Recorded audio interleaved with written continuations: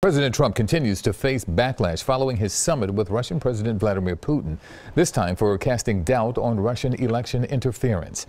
CBS News correspondent Mola Lenghi reports from the White House.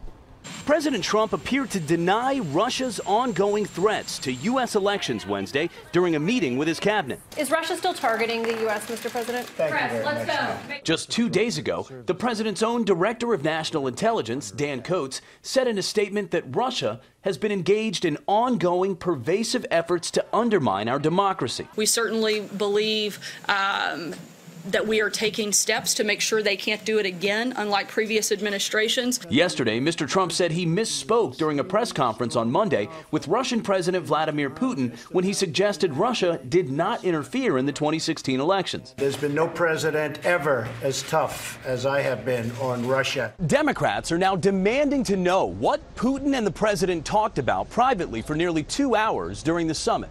New Hampshire Democrat Jeanne Shaheen wants the American translator in the room at the time to testify before Congress. If the president is not going to share that with us, then the interpreter is the one in the room who may have some of that information. But Republicans disagree. I think that would be a terrible precedent to be pulling translators for meetings that presidents have. Lawmakers on both sides will get a chance to question Secretary of State Mike Pompeo about the summit next week.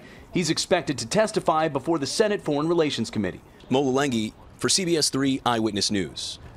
And just a short time ago, CBS Evening News anchor Jeff Glor interviewed President Trump in Washington. They discuss all the latest developments, and you can hear Jeff's interview with the president tonight on the CBS Evening News at 6:30, right after Eyewitness News.